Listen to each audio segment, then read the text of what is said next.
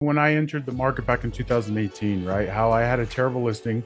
I knew nothing about it. Yeah. I just wanted, it was by laziness. I was like, I don't want to move my furniture, right?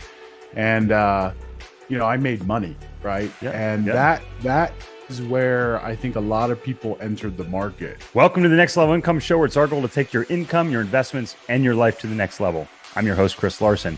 If you haven't yet, get a copy of our book for free at our website, nextlevelincome.com. That's www.nextlevelincome.com. Just click on the book link, and I'll even send you a copy if you put your address in. On today's show, we have Hailame Kinikini. Hailame is the founder and CEO of Elkridge Management and is a creative finance expert and real estate entrepreneur. He has quickly become one of Utah's leading real estate leaders, building the community into a seven-figure business in under a year. The company, Elkridge, specializes in all things short-term rentals and currently manages a portfolio of over 150 doors. Hailame considers himself a serial entrepreneur, having started to build out other complementary businesses to the short-term rental space, which include Capital Funds and Turo, while working towards the goal of having unlimited time to spend with his wife and three children. Hailame, welcome to the show. Hey, excited to be here, Chris. Thanks for having me, brother.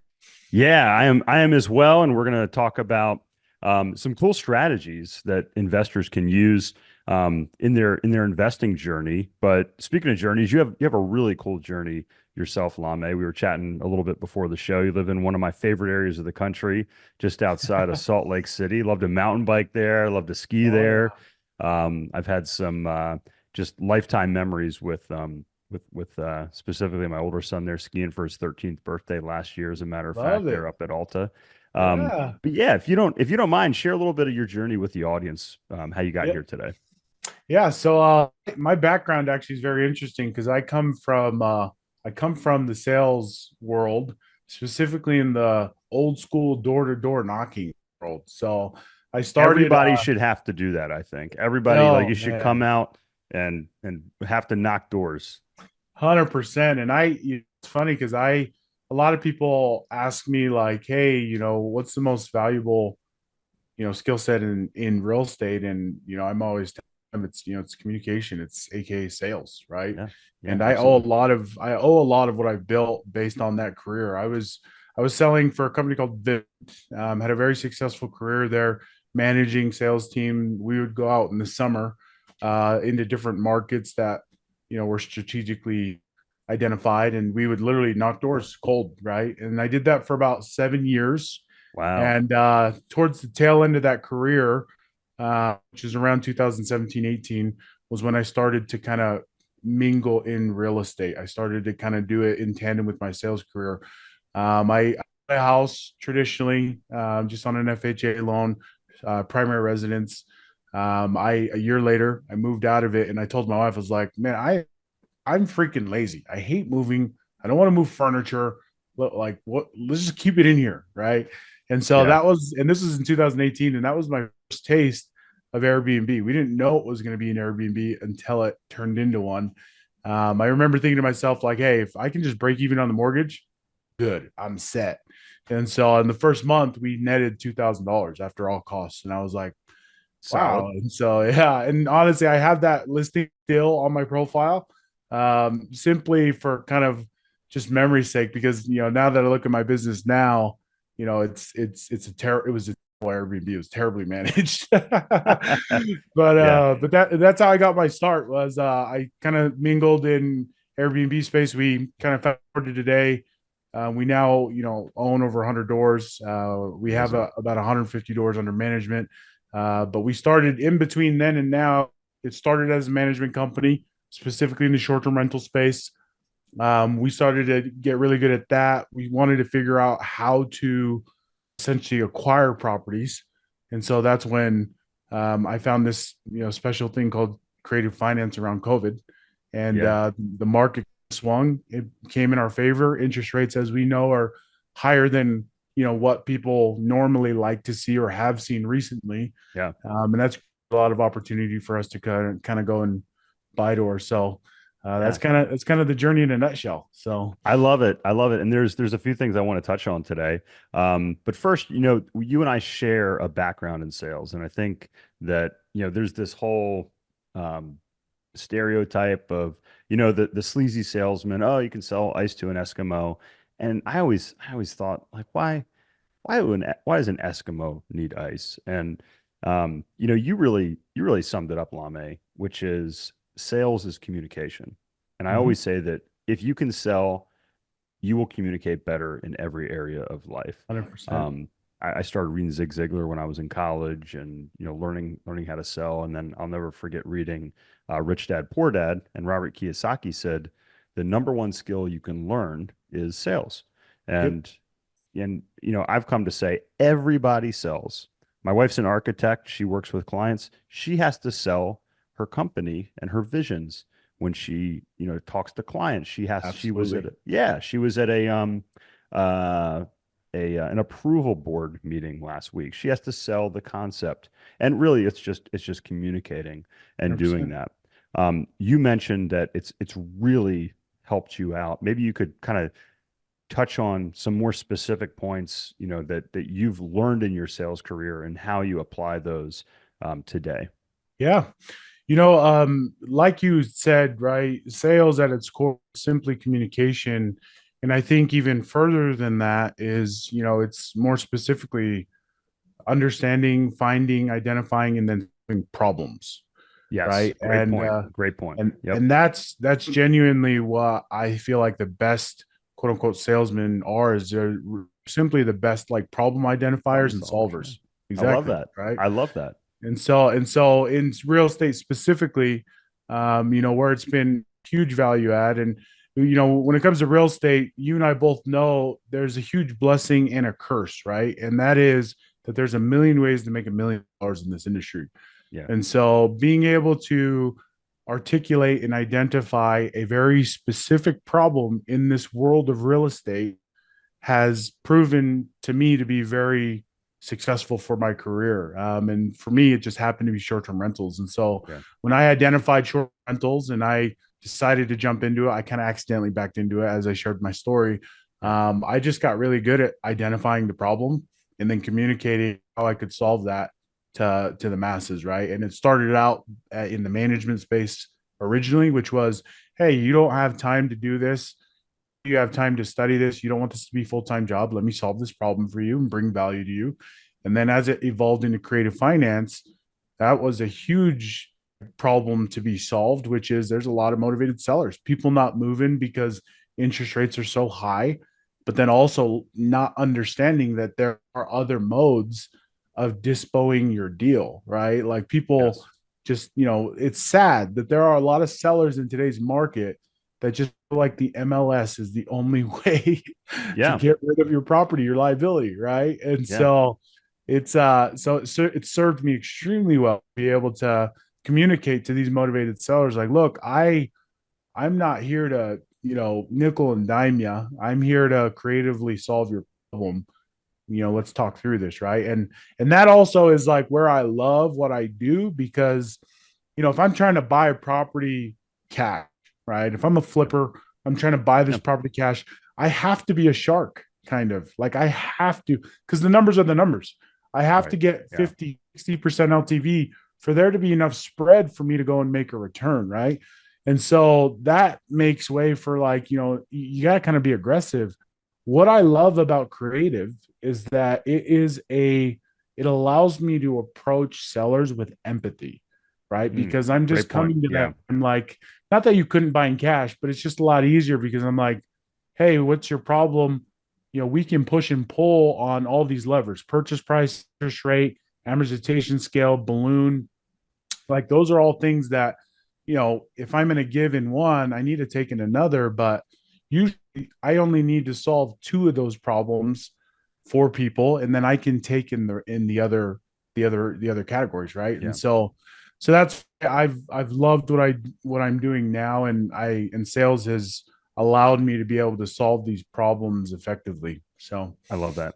And again, what you said, which is, understanding the solution that you have and then understanding the problem that your end user or your client or your customer has and putting them together to provide value. Like Zig Ziglar says, you can have everything you want in the world if you help other people get what they want.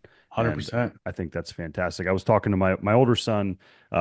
He's his goal in life is to be a D1 lacrosse player. and he's very talented. My younger son is as well. But my younger son, he has a vision. He wants to be an engineer and design cars, which they may be spaceships by the time he's old enough. But my older son one day was saying to me in the car, he's like, "Dad, Miles, that's my younger son. He wants to be an engineer, and he's kind of he struggles in school a little bit, Lame, my older son." And he's like, I don't Miles wants to be an engineer. I don't know what I want to be, like what I want to do. And I said, what do you think you want to do? He goes, I want to be like you. I want to be an investor. I said, well, I said, like, to be an investor, you need money. And he's like, Yeah, well, Dad, how did you get money? Like, where did you come up with money? I said, well, I was in sales.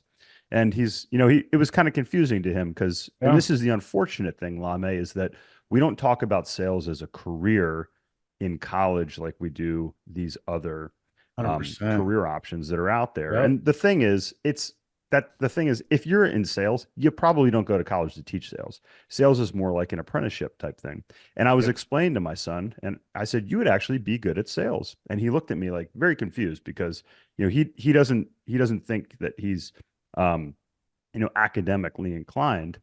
And I said, he's like, well, why is that? I said, well, Ethan, you're good at remembering things, and you're really good at communicating to Yeah. people and listening to people. And I said, that's really what sales is communication.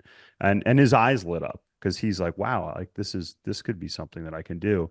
Yeah. And if you're listening, especially if you're a younger person, look on your desk, look in your car, wherever you're sitting, everything in front of you, somebody sold that. Somebody 100%. sold that. Yep. So there's a tremendous opportunity out there. And I think if you can communicate in this world, especially in the technology that we have, and specifically if you have empathy, as you mentioned, Lame, empathy for your client, for your end user, and you're looking to provide value, you can do very, very well. Um, Absolutely. Love that. so yeah, I just wanted to underscore that, and I appreciate you summarizing. So I want to really focus on the creative aspect, but before we do, I know your business focuses on short-term rentals, Lame. We've Yep. had your partner Kyle on over the past few years here Yep. on the show. He's been a frequent guest on the show. Let's start by talking a little bit about what's happened in the short-term rental space. Is it still a great market? We built our property here in Asheville, and 10 years ago when Airbnb was just getting started, I was like, hey, like we're going to put an Airbnb on our property. We have two here in Asheville, and they really help out in paying our bills, if not our entire mortgage on our home. And we have a pretty nice home. Um, Yeah. Give the audience an overview of the short-term rental market, the Airbnb market, the VRBO market, and where we stand today. Yeah. I spoke to when I entered the market back in 2018, right? How I had a terrible listing. I knew nothing about it. Yeah. It was by laziness. I was like, I don't want to move my furniture, right? And I made money, right? Yeah. And Yeah. that is where I think a lot of people entered the market. A statistic most people don't know is that 40% of the inventory on Airbnb was onboarded between 2019 and 2021. So there was a Wow. huge Wow. increase in supply. Yes. Now Yes. that did a few things, right? The term that we hear nowadays that's floating around on TikTok, everything is that Airbnb is saturated, right? Airbnb is dead, it's dying. Now, looking at the numbers and understanding the interpretation of what people actually mean by that, what's actually happened is the market has matured, right? Yes. I And, love and it. there's That's exactly what I was thinking when you said that. I Mhm. feel like the market has matured. That's a great point. Absolutely, and that's where I think the difference in that is where the opportunity lies, right? Because Mhm. another statistic I'll show to you is like because Airbnb specifically is a super segmented industry, meaning like there's a million small mom and pop operators, right? In Yep. fact, that's the majority of the inventory. Yep. What's crazy is that 30% of the income of Airbnb, as like the money generated on Airbnb, is going towards the top 5% of professional managers. And so it's matured in a 30% is way. going towards the top 5%. Wow. Wow. Yeah. And so it's matured in a way that like people are just playing it at a high level. Like Right. people just Yep. don't understand that there's a way to play this game strategically, right? Yeah. And that's what the maturing of the market did is when everybody entered the market, there was just a vetting process naturally that the consumer created, which was, hey, I'm going to go to this host because the amenities, because communication, because XYZ, Yeah. right? And so that's where it just started to become a more mature market. And to play the game well, you have to understand certain things now. And Yeah. that's, to think about the game a lot differently. Now, that's not to say, because I hear a lot of people, they're listening to this and they're like, well, does that mean I have to quit my job and start a professional company or so? That's not it at all. It's really just understanding what a consumer is looking for when they go to book an Airbnb, right? Yeah. Others, the majority aren't looking at, right? And kind of the primary recommendations are the things that like the top 5% is doing is they're professionally staging, right? They're Yep. not shopping anymore just at Walmart, right? It's a quality place. Yeah. But then on top of it, the whole back end of professional services that really there's a lot of tech out there that makes it really easy on you. Oh yeah. Calendar management, pricing Yeah. strategies, right? Yep.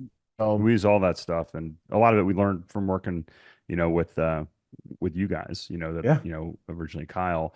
And yeah, the thing is, the wild thing is the technology that's out there, Lame. It allows, even small users to use pricing tools that were only available to, like in some cases, proprietary systems for yep, hotels and certain things, just in the yep, last 5 or 10 years.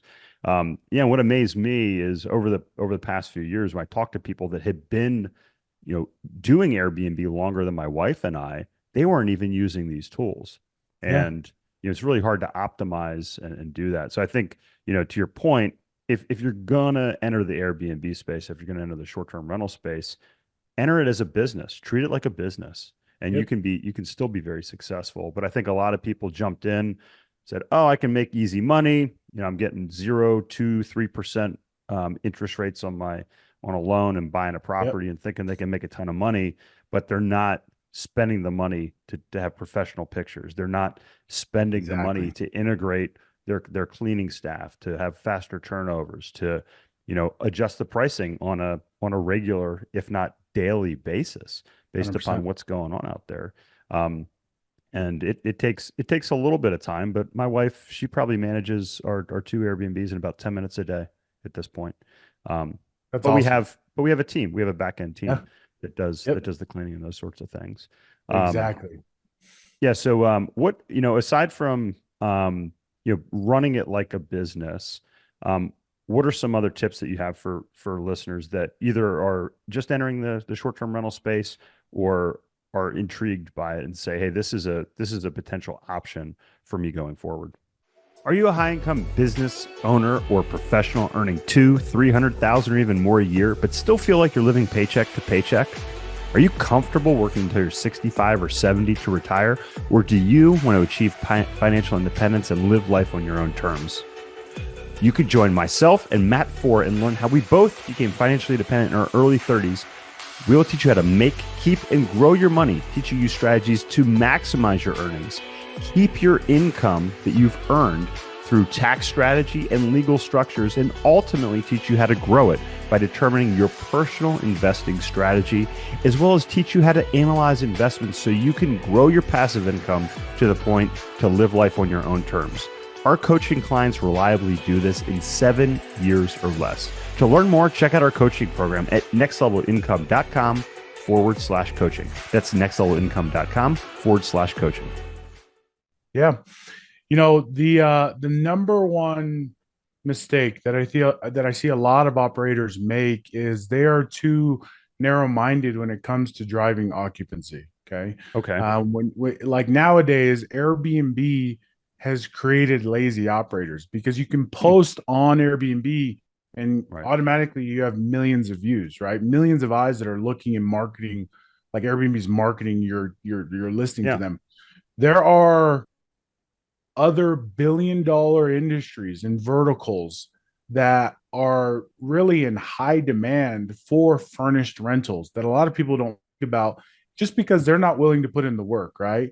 Hmm. And the two major ones, so you have obviously billion-dollar industry number one is just travel vacation rental. Okay. the natural avatar of coming to visit family, go on vacation, etc. Right? Yep. That's Airbnb. Okay, that's VRBO. That's Booking.com. That's all these platforms. Hmm. The second is insurance. Okay, Say we that one just more time. signed Is insurance. insurance. Yes, Hmm. we just signed a for 2 bedroom, 1 bath in Salt Lake City. Okay, we had a broker approach us. There was this young lady that her house flooded. Okay, and this broker is her insurance adjuster, and he called us because he's looking for a property to place this young lady in because the hotels is just crazy expensive, but more than Oh yeah. anything, Yeah. they like the guest doesn't want to stay there. Like she hates being in a Sure. hotel, right? Yeah. So Yeah. we signed an insurance contract for a 2 bedroom, 1 bath for $3,750 every 2 weeks. Okay, Wow. this is north Wow. of $6,000 a month, Yeah. right, for this furnished rental for this insurance contract, right? And what's crazy about it is like that was an easy sale. Like it wasn't like it was just an insurance adjuster just trying to take care of his client. They have a budget of allocation for housing, which is usually significant, and then they're just trying to appease their client, right? And Yeah. so Yeah. when you can just deliver very simply on like, hey, I have this furnished rental, it becomes a big opportunity of like then driving now occupancy that isn't reflected in short-term rentals data that we normally are looking at, How about right? that? Yeah. And the same goes for government contracts, right? We Moab, we have a property where we housed Love Moab. a general contractor. Yeah, Moab is beautiful. Yeah. But we housed the general GC that was there working for the city on a city job, and they paid us for a 5 bedroom in Moab. They paid us 10 grand a month for a couple months, right? Wow. And Wow. it was a 5 bedroom, and they just had a bunch of guys in there because they would have rather Yeah. stayed at a house than a Sure. hotel, Yeah. right? Oh, absolutely. And Yeah. and these are from big budgets that, like, to be honest, like you just have to check a few boxes for them to write the check, right? Yeah. You're not convincing a normal consumer to spend their own money. You're just trying to get the gatekeeper to like you, right? Right. And so these are billion-dollar industries that drive occupancy. You can drive occupancy. Now, the reason why people don't do it is because they're just not willing to get dirty. They're not willing to Yeah. like find the deal, go Yeah. network and things like that. And Or so, but sell. they're yeah, yeah, but they're out there. They're out Yeah. there. Like these things are out there, and we get 3 to 5 inquiries a month at least minimum of insurance contracts, right? And grant we've been able to be nimble because the wider you are, the more availability of doors that you have, the more flexible you can be in Sure. like moving people around, right? But Yeah. again, coming back to even if I had one property, like I wouldn't be narrowly minded, only focused on just the easy occupancy, which is short-term rental, Yeah. Airbnb, all the stuff that we know. I would be actively engaged in trying to find different ways to market my property, right? I So, like that. That's a great strategy. Um, and again, it's being creative and open-minded, like you said, with these things. And that's after you have the property. But let's talk about being creative to get the property in the yep, first place. One of the posts I love that you did, Lame, was how to get and correct. I'm kind of paraphrasing here, but how to acquire your first property in 5 days. And I yep. was like, whoa! I was like, how did he do this? So I'd love for you to share, a little bit about that with the audience. And you mentioned, flippers. I think there's a lot of people out there that they think, hey, the way to buy a property is, you go to a real estate agent, you look on MLS. The way to sell the property is the same way, but there's a whole nother world out there Yep. in terms of acquiring properties off market using creative financing. And that's really what you specialize in. Absolutely. And I think to preface, I think there's always like a kind of just an education piece that a lot of people need to understand. And that is creative finance is an umbrella term, Mhm. right? That houses a bunch of different acquisition strategies that are alternative acquisition strategies to what we know, which is going and getting a traditional loan, qualifying for it, giving your taxes, earnest money, to have season money, yada, yada, yada, right? Credit, all that. There's a whole umbrella of acquisition strategies underneath creative that really are a much more simpler way of buying a property. When you buy your first property creative, honestly, it's such an eye-opening experience because most people don't know that this thing is available, right? Right. And the two primary that I'll touch on, because there's a lot, right? There's a contract lease options, MLOs. There's a ton. The two that are primary in today's market that are most relevant is seller finance and subject to. Right. There's guys I consider mentors, right? Chris Prefontaine, Pace Morby, that go deep into these acquisition strategies. But in a nutshell, these are opportunities to be able to transact a deal with a buyer and seller directly. When I am doing a seller finance deal in a simple, just tip of the iceberg, like kind of context, all I'm doing is I am just creating a note that is now between me and the seller. And I am making seller my bank. So instead of paying a mortgage to, a bank note that I have to go and qualify for, I'm basically just writing up an agreement and I'm saying, hey, Chris, let me buy your cabin, let me buy your property. But instead of paying the bank all of this interest, why don't I just make you the bank? Let's make your money and your equity work for you, right? Now that's where Especially if sales they comes have into like play. 3 or 4% financing, right? Yeah. Exactly, right. Yeah. When you understand an amortization scale, it's a lot of money, right? Oh It's yeah, it's a lot of money over time, right? And so absolutely. especially early on, right? And so these opportunities are out there. It's so funny because every time I explain this strategy, one, people's minds are blown because they're just like, wow, that's because in a seller finance deal, guess what? All I have to do is get Chris to like me. And then really once he trusts me and he's ready to sign, we can go, right? Yeah. So in that process, there's no credit checks. I don't have to provide taxes. I don't have to. A lot of times they don't even care. Like they don't care where money comes from. It doesn't need to be my own money.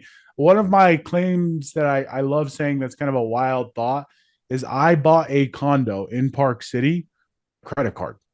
I bought a condo with a credit Love it. card, Love right? it. And that's because in the creative space of me buying from a seller, they just the money. They just need the down payment. They don't care where it comes from, right? And so anyways, but the first response I always get when people hear that is one, they're mind blown, and then the second is doubt, right? Then they're like, "This isn't real. How many Yeah. motivated sellers are there? Like this is a needle Yep. in a haystack."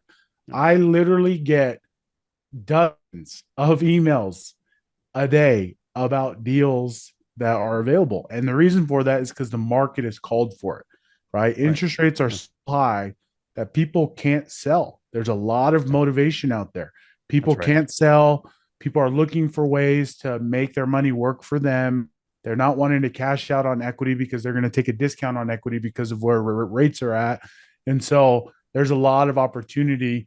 But again, it's really the people that just are willing to put in the work and understand it and go out there and find them, right? So Absolutely. Absolutely. Yeah. And it's again, I think it's an interesting time. We're seeing a lot of seller financing in the mobile home parks we buy yep, because, these owners, a lot of them own the park outright. And yep, now that rates are 7, 8%, they're willing to take a note back on that. Whereas if it was like 4%, they'd be like, I can do better with my money elsewhere. yeah, Or 3% or something like that. They're like, just give me the cash and let's rock and roll. So yeah, it really, and this is where if you're listening, understanding the options that are out there to buy, to sell in the world as the real estate cycle moves and conditions change and the environment changes, you can utilize these different strategies. 100%. So Lame, tell us a little bit about your business for listeners and how you work with your clients. So Elk Ridge Management by now I'd say is more accurately defined as a real estate firm that's vertically integrated that focuses on short-term rentals. And so under the umbrella of Elk Ridge Management, we have a management company that basically is a service. It's a done-for-you service, right? If you have an Airbnb, you don't have to worry about finding these insurance contracts. You don't have to worry about all that networking. I'll do it for you. We come and manage it for you. I have an acquisition arm for investors. I actually have a debt fund that I manage. And Oh, so if people are yeah, just wanting to place money that's asset backed using this strategy, we have opportunities for people to make money and put their money in a good place. And then third is the education arm, and that's the fearless investors. And so there's a yeah, lot of people out there that are just wanting to buy their first property, right? And they're wanting yeah, to do it themselves. They want to call themselves investors, and I love those people because I empathize. That's where I come from. And so So I across those three, we've just made it really easy for really our top of funnels, anybody that wants to be involved in short-term rentals, no matter what you want to do, right? And Love it. so whether you have a property, and you want us to manage it, whether you want to jump into it as an investor or whether you want to learn about it, yeah. So One-stop shop, one-stop shop. And what's the best way for listeners to learn more about you guys? my Instagram is going to be the easiest, and that's at HAILAMEK. So Hailame K. Hailame is my first name, so full name, but yep, that's it. Perfect. So Perfect. And we'll have that in the show notes. So if you're listening, you're like, cool. whoa, whoa, whoa, how many A's and I's are in there? We'll put that in the show notes here so you can just click on Lame's Instagram profile and check it out. Lame, it's been a blast talking to you. Enjoy your all the tips that you've given to our listeners, not just from the communication and sales side, but also for those listeners that are interested in the short-term rental business. If you are, reach out to Lame, learn more about what he does on the education side as well as the management side. Lame, thank you so much. Hey, thanks for having me, Chris. Appreciate it. Hey, Chris here again. I hope you found this episode valuable. Now, I have one more thing to gift you. We have a page for my coaching clients where you can get a free copy of my book, as well as much more from previous guests on the show. Just check out nextlevelincome.com/coaching to get a free copy of my book, audiobook, and much more. I'll send you a copy of my book and cover all the shipping costs as a thank you for listening to the podcast. Also, please like, share, and take just 90 seconds to give us a rating on Apple Podcasts.